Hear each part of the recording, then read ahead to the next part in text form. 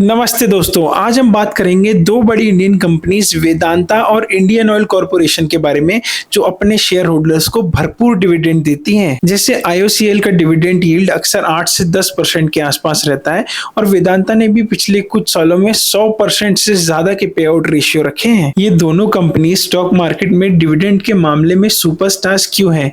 क्या ये सिर्फ इन्वेस्टर्स को खुश करने के लिए है या फिर इसके पीछे कोई बड़ा बिजनेस मॉडल या फाइनेंशियल रीजन है? चलो एक एक करके डिटेल में समझते हैं और थोड़ी सी मार्केट की भी बात करते हैं। पहले बात करते हैं आईओसीएल की। ये इंडिया की सबसे बड़ी ऑयल मार्केटिंग कंपनी है। पेट्रोल, डीजल, एलपीजी और बाकी सारे पेट्रोलियम प्रोडक्ट्स बेचती है। आईओसीएल एक पीएसयू है, मतलब पब्लिक सेक्टर अंडरटेकिंग, जिसमें गवर्नमेंट का बड़ा स्टेक है, लगभग 51%। अब ये पीएसयू स्टेटस क्यों मैटर करता है? देखो, गवर्नमेंट को हर साल अपने फिजिकल डेफिसिट्स मैनेज करने होते हैं, जिसके लिए वो पीएसयू से बड़ा डिविडेंड एक्सपेक्ट करती है। स्पेशली जब इकोनॉमी में टैक्स कलेक्शन कम होता है, जैसे कोविड-19 के दौरान, तब सरकार आईओसीएल जैसी बड़ी कंपनी से हैवी डिविडेंड लेके अपना बजट बैलेंस करती है। फॉर एग्जांपल, फाइनेंशियल ईयर 21-22 में आईओसीएल ने गवर्नमेंट को 2424 करोड़ रुपए का डिविडेंड दिया था, जो पीएसयू डिविडेंड्स का एक बड़ा चंक था। दूसरा बड़ा रीजन है आईओसीएल का कैश फ्लो।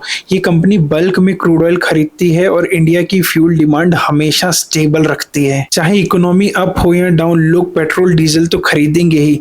इस वजह से आईओसीएल के पास कैश फ्लो हमेशा कंसिस्टेंट रहता है, जो उन्हें हाई डिविडेंड देने की फ्लेक्सिबिलिटी देता है।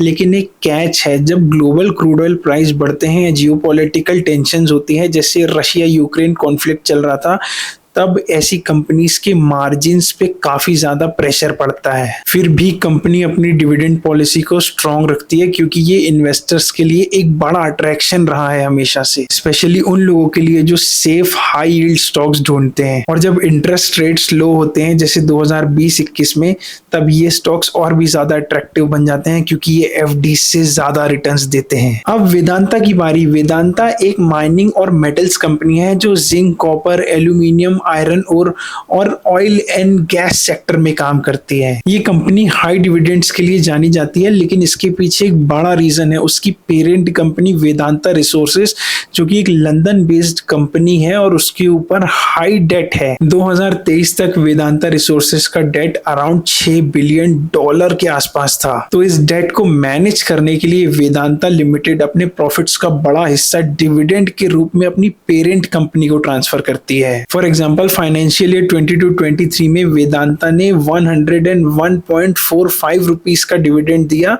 जिसका पे आउट रेशियो भी 100% से ज्यादा था। ये काफी रेयर होता है। एक और बात, वेदांता का बिजनेस कमोडिटी प्राइसेस पे डिपेंड करता है। जैसे जिंक, कॉपर या ऑयल के प्राइसेस जब ग्लोबल मार्केट में हाई होते हैं, जैसे 2021-22 के कमोडिटी बूम में, तब वेदांता के प्रॉफिट स्काई रॉकेट करते हैं। ऐसे में कंपनी जेनरस डिविडेंड्स देती है to attract customers and maintain market confidence. लेकिन जब प्राइसेस क्रैश करते हैं, जैसे 2015-16 के कमोडिटी डाउनटर्न में, तब डिविडेंड भी कम हो सकता है। फिर भी वेदांता अपनी हाई डिविडेंड पॉलिसी को कंटिन्यू रखती है, क्योंकि ये उनका ब्रांड है इन्वेस्टर्स को सिग्नल देना कि हम शेयर होल्डर फ्रेंडली हैं। इसके अलावा वेदांता के प्रमोटर्स जैसे अनिल अग्रवाल भी अपने शेयर्स के थ्रू डिविडेंड से बेनिफिट लेते हैं।